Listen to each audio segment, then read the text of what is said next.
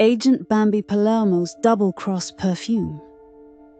One spray, and you'll never know which side she's on. She's the undercover Fed that plays both sides of the table. Now she's bottling that same intrigue with Agent Bambi Palermo's double-cross perfume. A scent so sharp, it'll leave wise guys guessing and Fed boys sweating. Features: undercover aroma, blends innocence with danger, smells like roses but burns like bourbon. Lasting loyalty, clings to you longer than an FBI wiretap. Deadly allure, distracts enemies while you make your getaway. Lopez, one whiff, and I forgot whose badge I was wearing. Nick Palermo. She walked past, and suddenly I was confessing secrets I swore I'd take to the grave. Impeach.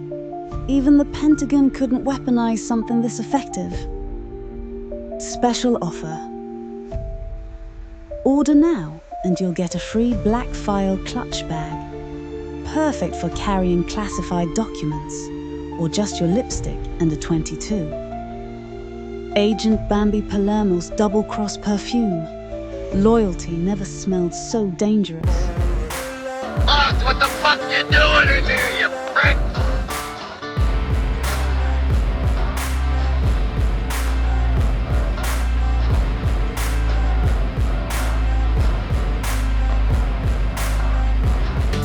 Tales from the Pizzaverse, the Texas Rodeo disaster. The night it all started, Brooklyn was doing what Brooklyn always did, pretending to be ordinary while scheming for anything but. The back room smelled like a deli on fire. Cigars, fried grease, espresso gone cold. The table was a battlefield of ashtrays and shot glasses. SunGrown, half grin, half scheme, leaned forward and sold the pitch with the confidence of a man who'd never paid for anything he promised. Rodeo, he said. Texas. Easy cash. Cattle. Rubes. Tips. We sling a few hands, collect the paycheck. No fuss. Frank Pecoraro barked a cigar laugh that left smoke like a halo. You think I'm riding bulls for pizza money? You crazy? My knees creak like an old church door. I'm not. He cut himself off when See No Evil started tallying the odds on a napkin. Admiral Impeach hooked a knuckle into his duffel full of government-grade nonsense and smiled like a man who'd been misunderstood his whole life. If there's livestock, there's tactics. You try to outflank a bull, you think like a admiral. We'll adapt naval doctrine to the stampede. Aaron the Brain flicked his laptop closed for 1 second to say, bulls are spiral-minded when agitated. And then the room told him to shut the fuck up with a chorus so sweet it would have made a preacher blush. Lopez sat like a chunk of marble, cold and precise, wiping a Glock with the kind of rhythm that meant he already suspected chaos was an occupational hazard. I'm there to make sure none of you idiots die, he said flatly. That's all. SunGrown inhaled and let out a cloud big enough to run a theatrical production. Yo, they said the jackpot's good, the moonshine's better. If anything goes south, we rally. Easy. Freestyle bounced his knees like a kid on a bad sugar high. Anthony Sessa came in late, powder on his hoodie, a bag of Zeppelis wobbling in his hand. He popped one in his mouth and grinned. If they got fryers, I sell Zeppelis. I got a vendor's license, kinda. And Willie? Willie leaned back, beer sweat slick at his lip, a grin that said he'd been looking for an excuse to miss work. Willie didn't overthink anything. Willie ate problems for lunch and burped out answers. Boys, he said, I'm in if there's fried chicken. Bambi, who'd been watching from the doorway like a judge with a soft spot, shrugged. Go. But don't be idiots. Bring back cash, and don't call me till you're sober. They left Brooklyn like a caravan of fools with confidence, vans patched with plumbing tape and late fee stickers. The trip was the kind of ridiculous road mosaic that gives you bad ideas and worse memories. SunGrown blasted music that made Aaron do half a lecture on acoustics and the way cowbells disseminate in open plains. See No Evil kept a running book. Side bets, long shots, ridiculous lines on who'd marry a cow if it could talk. Freestyle practiced rhymes that rhymed with lariat. Sessa dropped powdered sugar trails in every truck stop from Jersey to Virginia. Frank complained about the heat, the smell, the fact that somebody in the van dared to hum Yeehaw in a minor key. They rolled into Texas like a storm of accents invading a country fair. The rodeo grounds sat sunbaked, dust rising from every footprint. Flags snapped like whips. A banner boasted, in polite cursive, that it was a family event. The crowd looked like families who'd seen too many winters and had politely given up on dental hygiene. Registration was a mess of forms and waivers. The boys signed things they did not read. SunGrown signed twice, it looked like, after a shady fellow in a straw hat winked. Impeach tried to hardware hack the waivers barcode with a spatula and a prayer. Aaron tried to download the local bylaws for event risk assessment. Lopez filled out his contact information like a man adding to an obituary database, neat and disciplined. Willie flirted with the concession stand lady until she rolled her eyes and gave him 2 free corn dogs. Freestyle flirted with the announcer and got to mention Brooklyn boys in the house, which made everyone in the crew puff up like they'd conquered Rome. No one told them bulls were serious.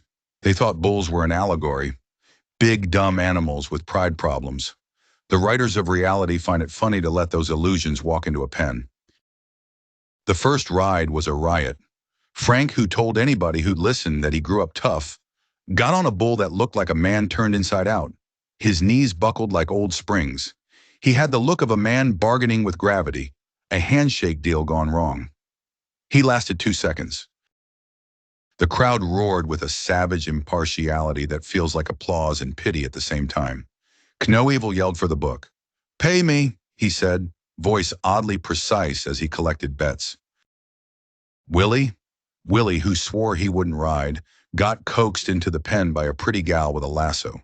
He mounted like a man at sea, hands in his pockets for the first 10 seconds, then realized his mistake. He clung to the rope like a lifeline and did something Willie always did. He laughed when he should have cried. The bull spun him like a carnival ride and dumped him in a cloud of dust. He popped up like a cartoon, hair full of hay, still grinning. "I don't ride, I tango," he told the paramedics when they offered him an ice pack. Impeach, never a man to do things half measures, tried to apply naval tactics to the rodeo pen. His approach involved hanging a length of rope across the chute and shouting orders in a voice people assume is satire until it isn't. He overstayed his welcome. The bull ignored navies. The bull, unimpressed, tossed Impeach like a rag and left him grinning and muttering something about ineffective flanking. Aaron the Brain, in a moment of pure tragic comedy, tried to gather data in between bruises. He jotted notes with a pen that kept sliding off his sweat-slick fingers. "Rate of bucking, irregular," he murmured. "Bull's center of mass, unpredictable." Someone pushed a cowboy hat on his head and told him he looked adorable. Lopez, who'd agreed to come to keep an eye on the idiots, found his patience tested. He moved through the pens with the economy of someone who'd been to too many bad scenes. In, precise, contained. He pulled people out of danger with a touch that said, "I told you so." When the sheriff came by and asked questions about liability, Lopez smiled and told him where to find the waivers. Later in the beer tent, he told the boys in a deadpan that if they ever pulled this stunt again, he would personally make sure they spent a weekend in a place that didn't have good coffee. SunGrown, the architect of the scam, did what he always did. He smoked and smiled and made deals with outlaws and petting zoo owners. He already had a friend inside a back tent who promised the exhibition rides paid more than the regular circuit. He slicked his hair back and walked like he was about to get an honorary belt buckle. Freestyle took a different approach. He hopped in the ring with a bull he'd nicknamed Old Glory after seeing the star pattern on its flank. He hopped, he bounced, he spit rhymes between the animal stomps. 2 lines of freestyle flurried into a punchline before the bull put its hoof down and reminded him whose world this was. Freestyle learned an important lesson about metaphors and bulls. They don't care for metaphors. Sessa set up a makeshift Zeppeli stand outside the entrance and did a brisk business. He sold powdered sugar to blue jean kids and to cowboys who'd never seen a pastry that didn't come in a paper sleeve. The boys came back from the pen sticky and defeated, and Sessa was counting bills like he'd invented capitalism. The evening devolved. The second half of the easy cash idea was tipping cattle to a buyer who, in his Midwestern drawl, had promised to pay a little extra for anyone who could break in a pen the Brooklyn way. The idea was stupid in a way that felt inevitable. The buyer's handshake was slick with something that smelled like trouble. The buyer's buddies were big men with hands like hatches. They smiled thin when they said, "You boys from Brooklyn? We don't get many of you out here." It was at that point things turned from embarrassing to cinematic. The buyer tipped out the deal, handfuls of cash slipping across the table, when a rival outfit rolled into the lot, uninvited, and started calling the first buyer cheap. Insults escalated into shoves. Before either side knew it, 2 men were trading punches, the crowd closing in like it had been rehearsed. Admiral Impeach's Iron Fist pasta sauce. The sauce that conquers continents. You ever eat a bowl of rigatoni and think, this could use more global domination? Well, now you can, with Admiral Impeach's Iron Fist pasta sauce, made from real tomatoes grown in embargo zones and simmered down with top-secret military spices. One bite? Boom, you'll be planning invasions from your kitchen table. Features. Explosive flavor detonates on your tongue like a 50-megaton meatball. Classified ingredients. Even the FDA ain't cleared to know what's in it. Battle-tested recipe. Perfected on submarines, backrooms, and meetings that never made the papers. Mikey the Hammer. I put this sauce on my steak once. The steak tapped out. Nick Palermo. I spilled a jar on my shirt and 3 guys declared me their capo. Lopez. Legally, I gotta say don't buy it. But unofficially, best damn sauce I ever used to bribe a judge. Special offer. Order 2 jars today and get a complimentary ceasefire breadsticks. They'll stop any argument in its tracks. Admiral Impeach's Iron Fist pasta sauce. This ain't Nonna's recipe, unless Nonna ran Black Ops. Frank, who already thought himself a one-man cavalry, pushed through and made an entrance full of bravado. He cracked a fist and immediately made a new friend with a face that wanted to be broken. The fight spread like spilled whiskey. Bull handlers dropped ropes and moved for cover. The sheriff ran from one group to another and waved his badge like a man swatting at flies. Lopez, operating on a level above all of it, corralled the troublemakers with minimal fuss, advantaged by a patience earned in other kinds of fights. He moved through the swirl and forced apologies from men who'd intended to kill. He broke up 2 fights with nothing but a look, which in itself is a rare feat. When the sheriff finally returned and asked questions, Lopez offered names in a cadence that sounded like diplomacy. The sheriff took a breath and then a bribe. A box of Frank's cigars, roughly apologetic, wildly effective. The worst of it came after the fireworks. Someone set off a string of pyrotechnics near a pen and panicked the animals. Bulls bolted, a rodeo truck screeched. People ran for fences. The boys ran too, although not necessarily to safety.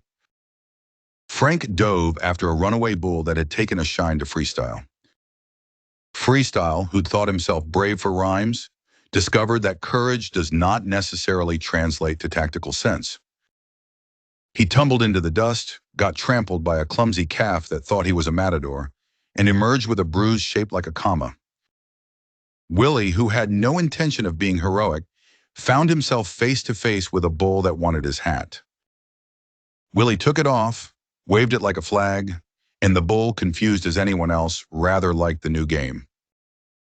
Willie walked away with the hat, another story, and a new way to say "I told you so" that he never had to voice. Impeach, in the middle of trying to salvage his naval analogies, had a contraption confiscated by a bored trooper who looked at the wires and decided burninated science was probably for the best. Impeach cursed, then laughed, and then cursed again as the device made an unanticipated burp and sent sparks into the sky like a small meteor shower. Inside the chaos, SunGrown found the one upside. While the boys were distracting the crowd, he slipped behind the bleachers and negotiated a deal for excess product with a man who dealt distillate and anonymity. By dawn, 2 vans were loaded with cases of questionable spirits. The moral calculus used to justify the heist was thin, but in the Pizzaverse, it's usually thin by design.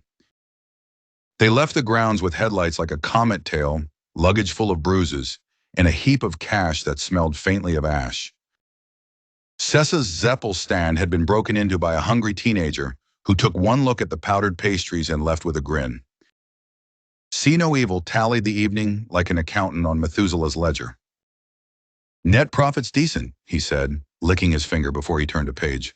"Less hospital bills, could be worse." Back at the motel, they tried to make sense of the night. They washed the dust out of their hair and argued over who'd tell Bambi first. Frank, with a bruised ego and a limp, declared it a good test of character.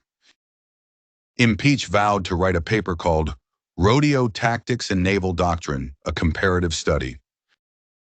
Aaron tried to clean his laptop with disinfectant and a prayer. Lopez shrugged and made sure everyone's phones still charged. SunGrown counted a pile of cash in the room like a man reconciling a yes to the universe. Willie ordered room service, because that's the kind of man he is. He sat on a bed with a fork and swore the state breakfast sandwich he ate was the best thing after surviving a bull and before risking the next day alive. He banged a glass and offered, "To the Pizzaverse. We go where the work is, even if the job description says, don't be stupid." They raised hands, sometimes 1, sometimes 2, but all of them raised them. The next morning, they found the local sheriff had left them a phone number and a note on the motel desk. "Keep the peace or don't come back this way. Also, please, no more fireworks near livestock." Signed, the county. The note's tone was equal parts warning and neighborhood PTA memo. Frank read it, crumpled it, and then smoothed it, like a man who had received an insult and a tax bill in the same envelope.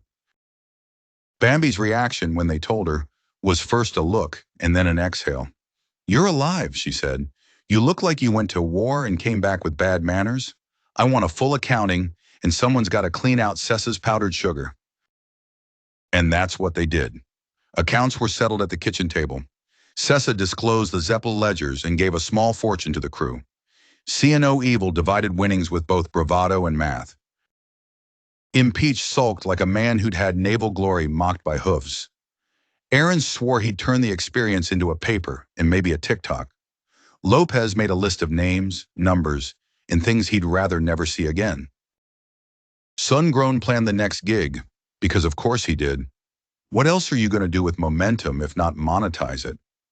Freestyle recorded a track called Bullshittin' that sampled a horn and a man shouting "Yee-haw" in the distance. Willie started a running list of things I survived, complete with checkboxes. The town forgave them because that's what small towns sometimes do when the circus leaves before the cleanup. The sheriff, who likely had seen worse and had an appreciation for the absurd, waved them off with a bored salute. They drove back to Brooklyn tired and richer in cash, poorer in dignity, but intact in the one thing that mattered, their crew. And that's the thing.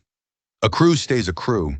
Whether it's rodeo dust in your boots or moonshine on your tongue, you can get knocked down by a bull, by your own ambition, or by the world's stupid surprises. But you pick yourself up. You count the losses against the wins. You laugh about it later when you're older, and the bruise fades into a story. In the Pizzaverse, the story's the currency, and they all came home with plenty of change. Moral one are now in the searches or the one uncanina. It's simple and ugly and honest. There's no shortcut to respect. You don't earn it by jumping on a bull, nor do you lose it by falling off. You earn it by standing back up, owning the mess, and bringing your people with you. That's how Brooklyn does it, with a laugh, a curse, and a fistful of dignity. And if you like the disaster, if you love the grit and the grime, and the way these fools keep coming back for one more bad idea, do the smart thing. Subscribe to Bambi Palermo and the Pizzaverse. Pull up a chair, pour a glass, leave a comment like you're leaving a calling card. We got more stories, more disasters, and more ways to make the world slightly more dangerous and a whole lot more fun. Capisce? In the Pizzaverse, we don't fucking miss. Thanks for watching.